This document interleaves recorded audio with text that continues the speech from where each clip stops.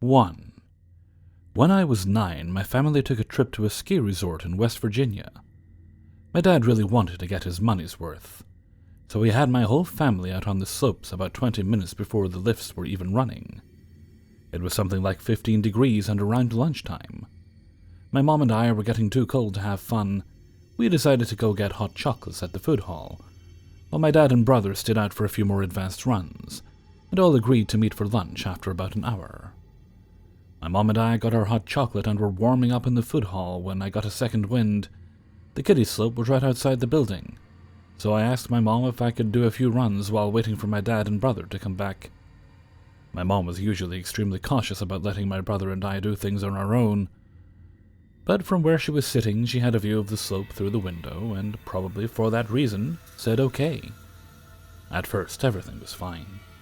I was thrilled to be out on my own and felt invincible, blasting down an easier slope after all the trickier ones I'd been on with my parents. I went down a couple times, and was feeling good when I started to notice myself passing a specific man over and over. This man was very distinctive looking in the crowd of skiing families, wearing 90s-style snow gear.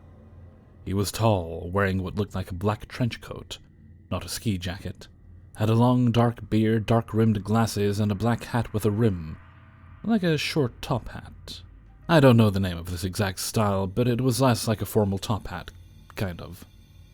As a 9-year-old kid, his appearance scared me a little, and reminded me of a cartoon depiction of a bad guy or a robber. I started feeling like I was seeing him everywhere. It wasn't a huge slope, but it still seemed like we passed each other more often than I was passing other skiers. I also started getting the sense that he was trying to get on the lift with me, like waiting to get in line until after I did, even though we never ended up being put on a lift together.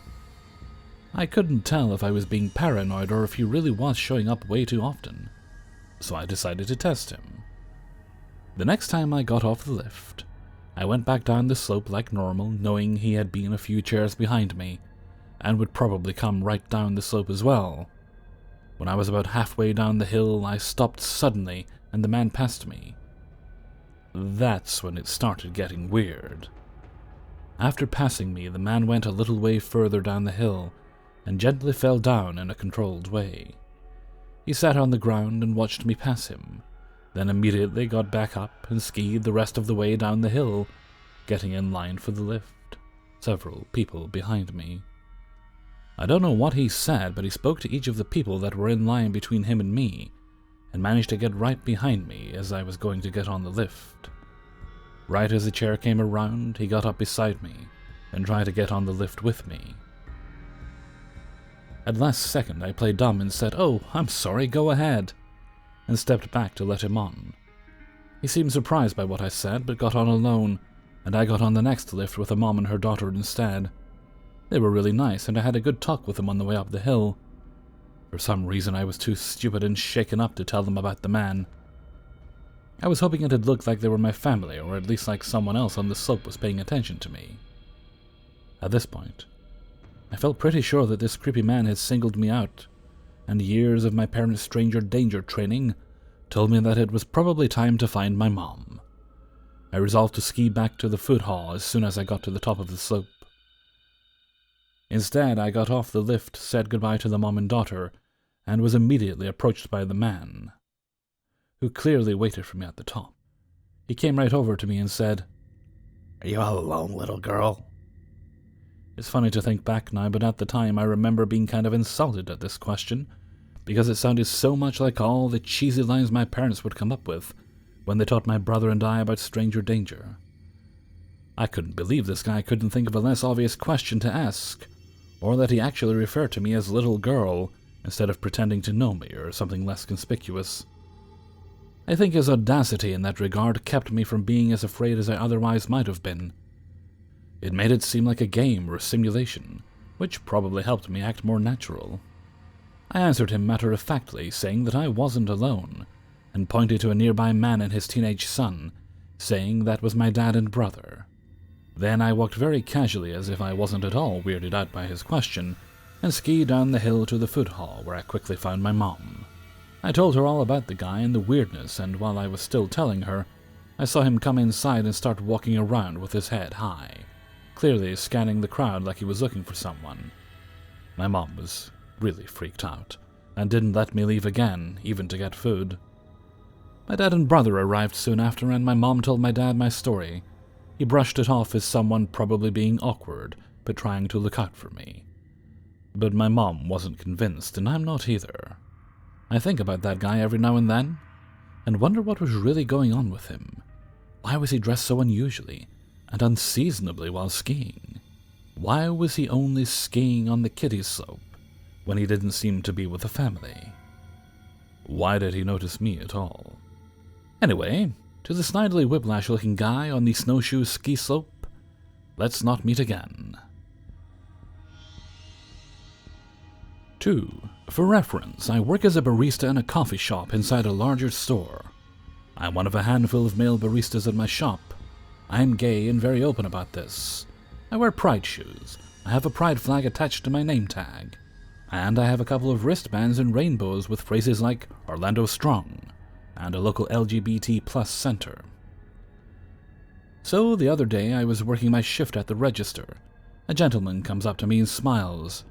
I think he noticed the pride flag in my name tag, but he didn't explicitly mention it at first. He says he doesn't know what to order and asks me for my opinion.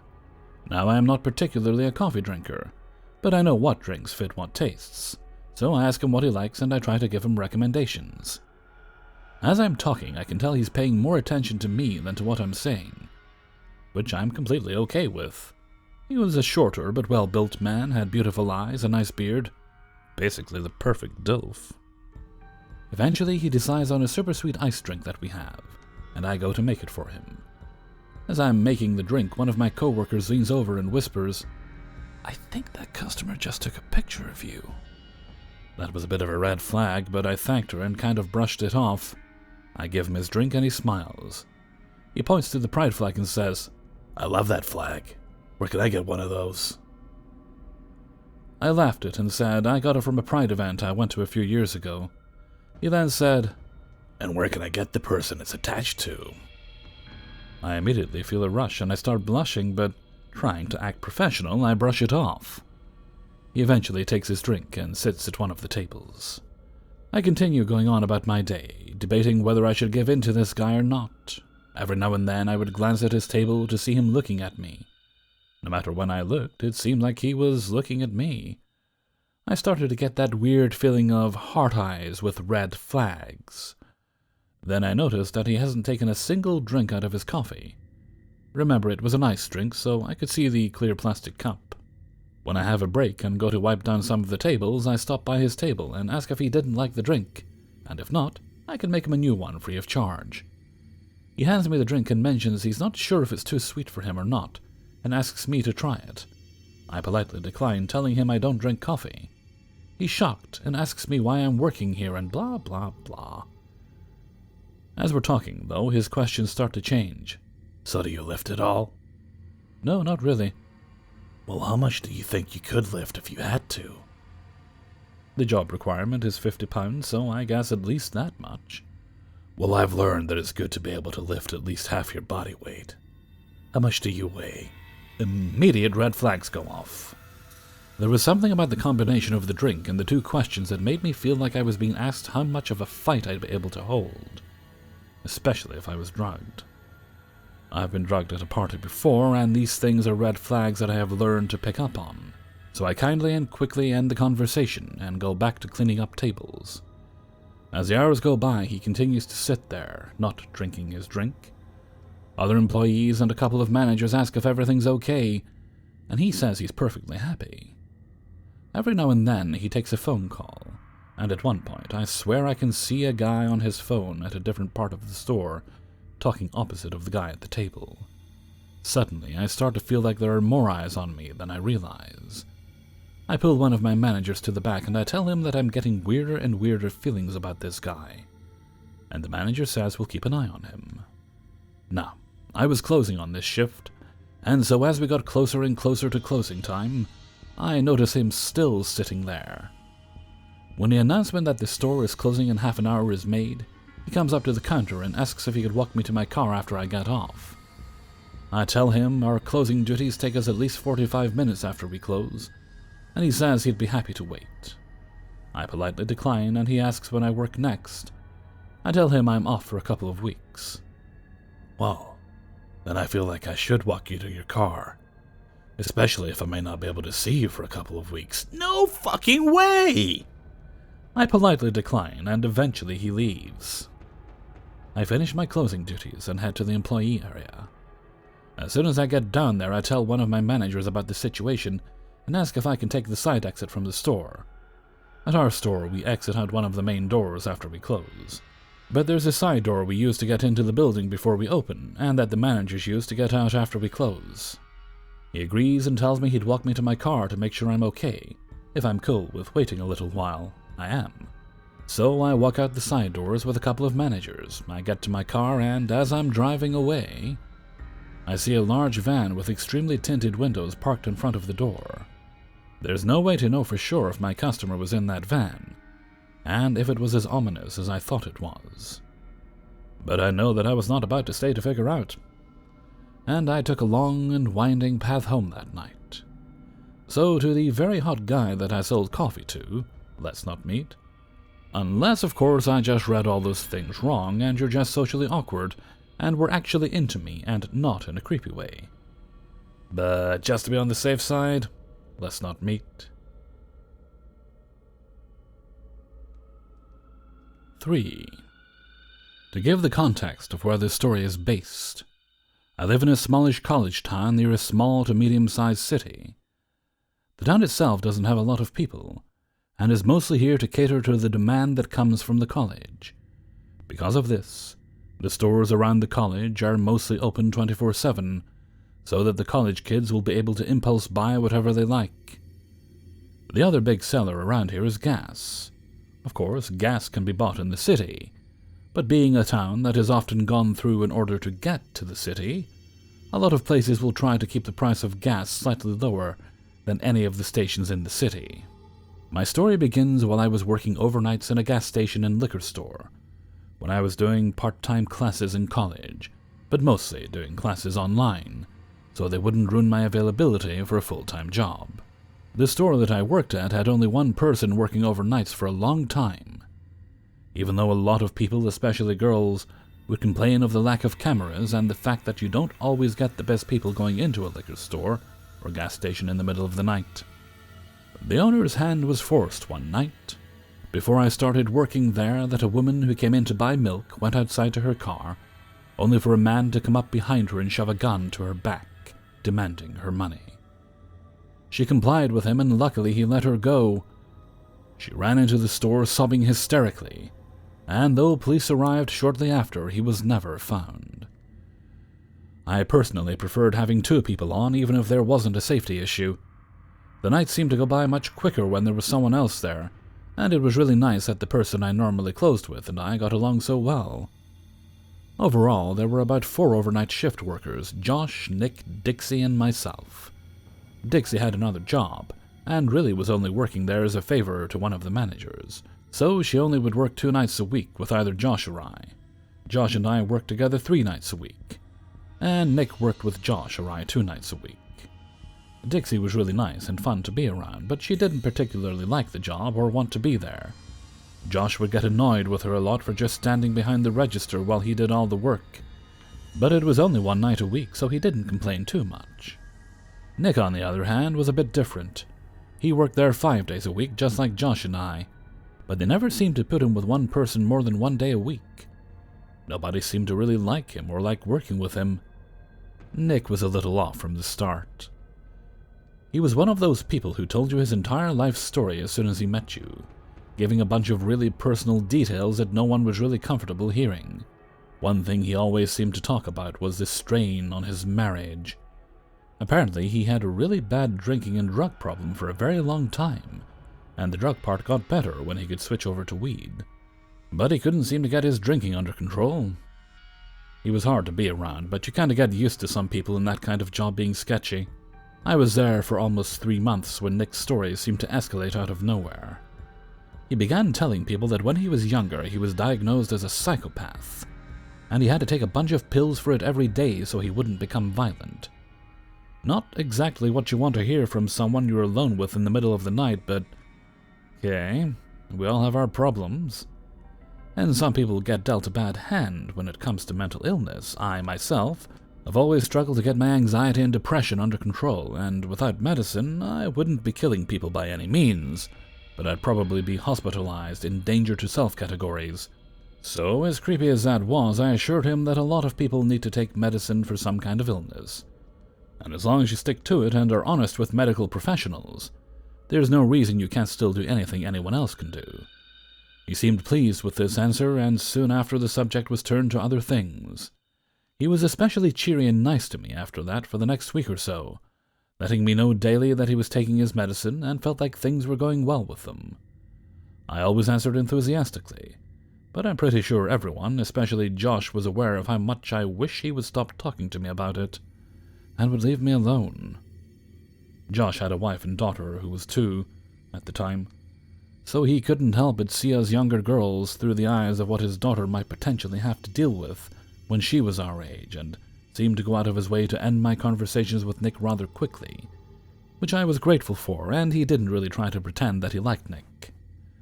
It wasn't long before Nick started conversations with me going into details about why he was diagnosed, instead of how his medicine was working, which I won't get into here because a lot of it was very violent and sexual.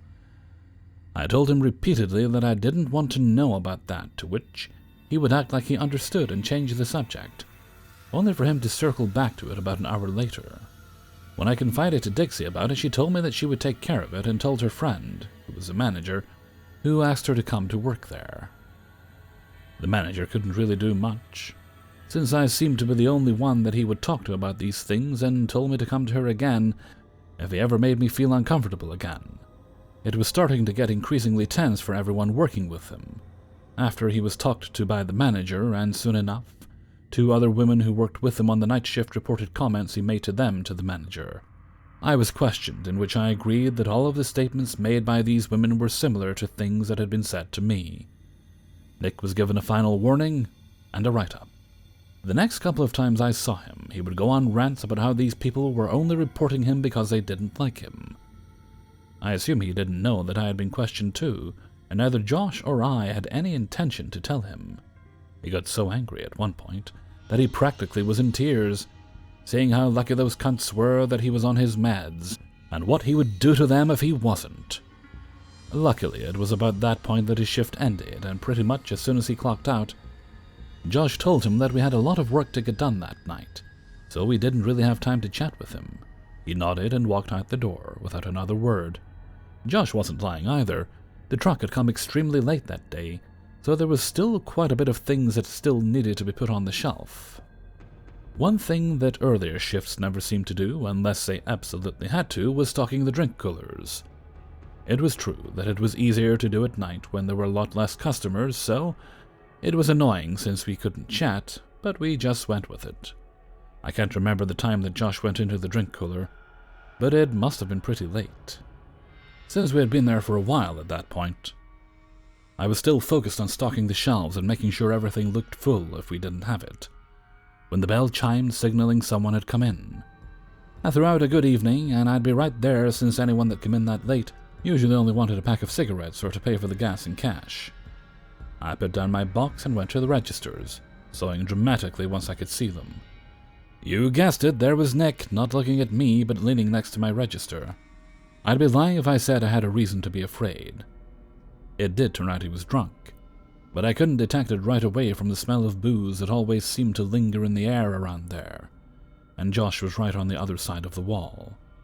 Even so, I considered for about 30 seconds if I should actually go or I should run into the cooler and get Josh. Nick wasn't a young, fit guy or anything. Years of drugs and drinking had aged him prematurely and ruined his body, but he was still intimidating to a 20-year-old girl. Unfortunately, Nick made the decision for me when, probably tired of waiting, turned towards me, and that's when I noticed immediately that there was something off about him. My voice was nothing more than a pathetic whisper when I asked him what he wanted. He just stared at me, nothing on his face to tell me what he was thinking.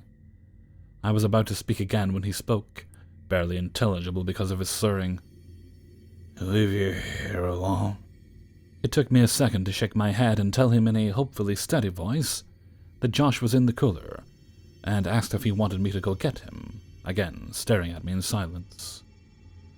At this point, I didn't even care what he said, I just wanted him to say something. The silent staring was creeping me out.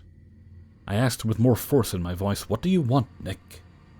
As soon as I stopped speaking, he grinned at me, and in a disgusting, almost singing voice said, "You're lying. You are alone."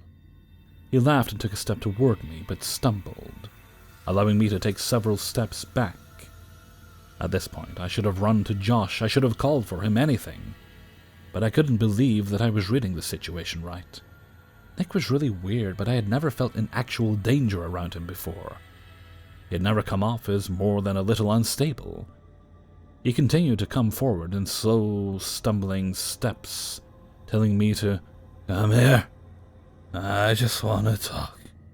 I kept out of his reach, telling him to back off, and that I would hurt him if I had to. He thought that was particularly amusing, and laughed loudly enough that Josh told me later that was what caused him to look through the spaces of the racks and see what was going on.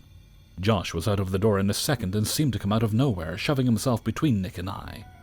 They didn't even say anything, just stared each other down before Josh said in a stern tone, "I think you should leave now." Josh stared blankly for a moment, then scoffed, telling us that we couldn't take a joke. I was not trying to cry at this point. The only thing more terrifying about the situation was knowing that if Josh hadn't been there, and he had somehow caught me, I would have stood no chance against him. Josh left me standing with my back against the wall, corralling Nick to the door. Completely unexpected on both of our parts, Nick turned and took a swing at Josh. Luckily, either because he was drunk or really just uncoordinated, he missed Josh's face, and Josh grabbed the back of his coat and brought him down as he smashed his knee into Nick's stomach or chest area, I'm not sure which, and used the opportunity of his sputtering to drag him to the door and throw him out, locking it. Josh had just turned and told me to call the cops as we heard this sickening crack behind him. We both jumped and looked at the door to find this big circle of glass.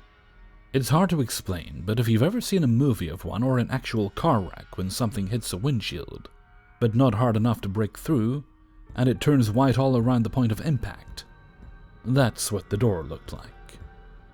Josh didn't have to tell me what to do this time. I ran to the register and grabbed my phone, going to the farthest corner away from the front door and huddled on the floor. I didn't even notice at the time, but Josh told me later that when he turned to see the glass, that was the first time that he noticed Nick had a hunting knife in his other hand. The fact that he had tried to punch Josh instead of stab him is a mystery and a miracle. I was sobbing when the operator picked up the phone. I don't even know how she understood me. I was crying so hard. But between my distress and the sounds of Josh and Nick yelling at each other in the background, with loud smashes of Nick hitting the door, she got the urgency of the situation.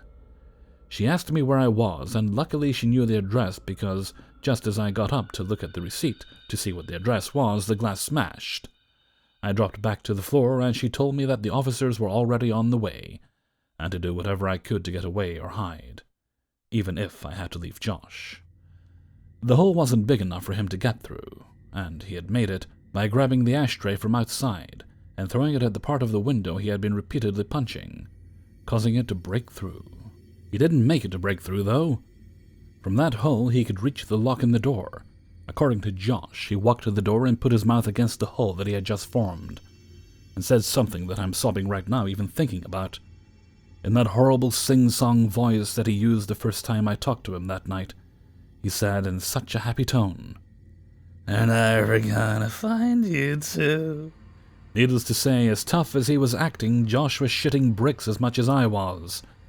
He was older than Nick, in his mid-30s, but he was a beanpole and wasn't exactly known for his fighting skills. Even so, as soon as Josh unlocked and started to open the door, Josh slammed his body into it, knocking Nick backward from the impact. Josh yelled for me to run, even though my legs felt like they would give out any moment. I ran right behind him to the receiving doors in the back of the store. Nick was cursing and yelling for us as the door jingle went off. Josh slammed back into the door, cursing in pain, as he realized that it wouldn't open. We found out later that Nick had pushed the dumpster in front of the door, locking the wheels of it again before he came in. We seemed to both realize at once that he actually planned this out to kill us. Nick rounded the corner, still doing that awkward stumbling walk, though faster now. It at least gave me time to slam the room door shut and lock it. I was sitting in front of it, Josh bringing over anything he could to barricade the door shut, when Nick reached it.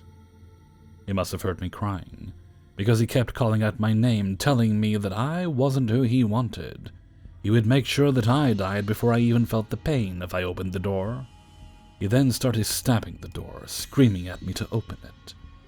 I screamed and moved when he stabbed it the first time, but Josh and I both moved immediately to hold it shut again. I remember Josh and I making eye contact. We were both crying by now, and I wanted so badly to say something to comfort him, but I couldn't think of anything to say. I dropped my phone when I ran to hold the door shut, and neither of us could move to get it, so we had no idea how long until the police got there, and the door was made of wood, so it wouldn't last long against his body slams and offered no protection if his knife went into one of our hands. All I could think about was that I was going to die here, that my dog would never know why I didn't come home, that I would never get my degree and have enough money to actually start enjoying life, that all of the plans for the future my girlfriend and I made would never happen. In the most anticlimactic and wonderful finish ever, it suddenly went silent. There were no police car alarms, no yelling, nothing. It was as if Nick had just vanished. Josh and I looked at each other, not even daring to breathe, listening for any sign of life on the other side of the door. We both slammed to the ground when a gunshot went off once, then twice, then a third time. There was more silence. Then a voice rang out asking if anyone was there. We weren't sure if we should say anything. Then the voice continued with his name, and that he was an off-duty EMT who had been listening to the scanner. Josh got up and pushed the things aside in front of the door, opening it just enough to put his head out of it. And then it seemed like all breath just left him. He opened the door and went out into the store, relief all over him. I ran and grabbed my phone, seeing that the call had disconnected, or the dispatcher had hung up. When I went out into the store where Josh and our rescuer was, he was in the middle of explaining how the police over the scanner were sending a bunch of cars, but they were all pretty far away, and he had a horrible feeling that they wouldn't get there in time when the dispatcher was telling them what they'd find when they got there. He didn't want either of us to go outside until the police got there because, though Nick had been shot in the shoulder, he still had the knife when he took off. The EMTs said he would have run after him, but with the state that the store was in, he was scared that someone in there could be dying or hurt. The next 20 minutes were a blur. Josh and I were sitting on the floor hugging each other when the police got there. The EMT had called dispatch and told them of the new situation, and most of the cars that were coming to our location were diverted to looking for Nick. It was soon after that Josh got to use his phone to call his wife, and she came right over, only bringing their daughter because he begged her to. He seemed to completely break down when he held his daughter and hugged his wife. I had an extremely similar reaction when I finally got to go home and came in to see my dog's body wiggling excitedly, proudly displaying his flamingo toy for me to have as a welcome gift. Nick was found 2 weeks later in an old RV in the woods that he had been using to do his drinking and do drugs in, that his wife wouldn't catch him. Apparently, the reason that he had come after us was because he thought that the reason Josh wanted him to leave so quickly was so he could call the owner again, and this time, the complaint would get him fired. Unknown to us, his wife had kicked him out 4 days before this happened, and was in the process of getting a restraining order against him over threatening texts and phone calls she had been getting. He stated that his job was all that he had left, and Josh needed to be punished for trying to take that away from him. He said that I wasn't the target, and that he didn't want to have to kill me, but he knew that he had a much better chance of killing Josh with me there than Dixie, since Josh would be more likely to face him to protect me.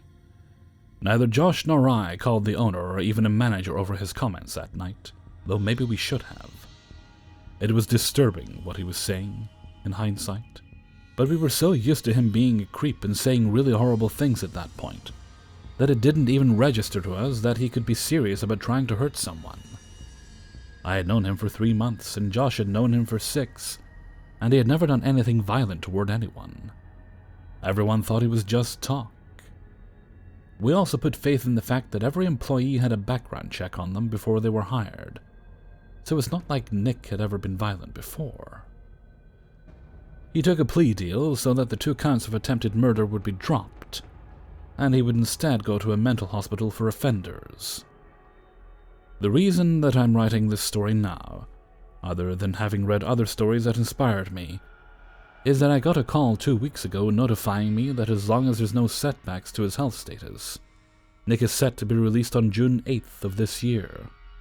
Neither Josh or I work there anymore, and Josh has since moved away to another town on the other side of the city, and I have switched to going to college completely online, and I'm in a new place that I'm renting with a roommate. I don't think he'll come after either of us. I don't see how he could blame us for what happened. I read so many of these stories, and after the fact, everyone seems so prepared for what to do if they ever see the person they're writing about again. I don't think I'd be any more prepared to face him this time than I was back then. I've had pretty intense nightmares ever since that day. But ever since I got that call, every time I close my eyes, all I can hear is that one sentence louder and clearer than I have ever heard it since it was actually said. "They're never gonna find you too." Nick, if it was true that you were diagnosed as a psychopath, I hope you're getting the help you need. You already destroyed my peace of mind, and even now, years later, I don't feel safe, especially at night. I don't believe in God, but I pray to anyone that's listening that we never meet again. Hey everybody, Hellfreezer here, and thank you very much for listening to 3 True Scary Stories, episode 478. And thank you very much to everybody who allowed me to use their stories in this video. Why is it all the things that need charging seem to always need charging at once? Phone needs top, keyboard needs charging, tablet needs doing, and I wouldn't be surprised if the mouse wants charged as well. And I don't have enough cables. They seem to just disappear. I'll need to buy more. Super duper long ones, probably. I keep thinking about getting long ones so I can actually charge my... Well, I don't know if this would work. I'd have to actually check. So I can charge my Vive controllers as I'm using them. But I'm not sure if that's possible. Because some games you play sitting down. Some you play standing up and walking around and bumping into things. So, anyway, I'm going to head off for now. So until next time, thank you very much for listening. And take very good care of yourselves.